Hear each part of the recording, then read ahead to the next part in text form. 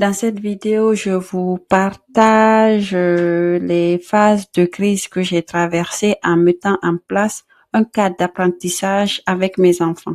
Et ces crises varient selon l'enfant, parce que chaque enfant réagit différemment. Mes deux enfants ont réagi différemment. Avec ma première, par exemple, quand elle se bloquait sur quelque chose comme une lettre, je lui demandais d'aller chercher par elle-même. Et qu'est-ce qu'elle faisait? Elle pleurait. Elle pleurait énormément. Alors moi, qu'est-ce que je faisais? Je la laissais pleurer. Je ne restais pas assise à côté d'elle et à attendre. Je vaquais simplement à mes occupations.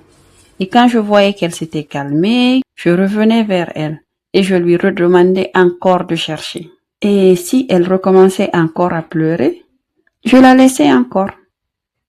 Et si c'était l'heure de manger, je la laissais manger. C'est pour vous dire que ça peut prendre vraiment des heures, beaucoup de temps. Au début, c'est très intense. L'enfant ne veut pas travailler parce qu'il est dans l'émotion. Mais mon objectif au départ, ce n'est pas qu'elle trouve la lettre, qu'elle cherche tout simplement. Parce que chercher, c'est déjà aussi apprendre. Moi, de mon côté, je ne perds pas patience parce que je suis occupée et je reste ferme. Et à un moment, l'enfant finit par céder. Pas parce qu'il a trouvé, mais parce que tout simplement, elle a compris que le cadre ne change pas. Alors, elle essaie. Et même si elle ne le trouve pas, moi, je valorise l'effort. Parce que ce qui compte pour moi, ce n'est pas le résultat. Plutôt, c'est qu'elle ait cherché. Elle ait pris le temps de chercher. Et le lendemain, on recommence. Petit à petit, l'enfant comprend et évolue.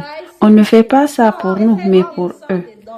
Pour leur apprendre à réfléchir, à persévérer, à ne pas abandonner. Et c'est ainsi que j'ai construit le cadre avec ma première. Dans une prochaine vidéo, Inch'Allah, je vous expliquerai comment j'ai fait avec la deuxième.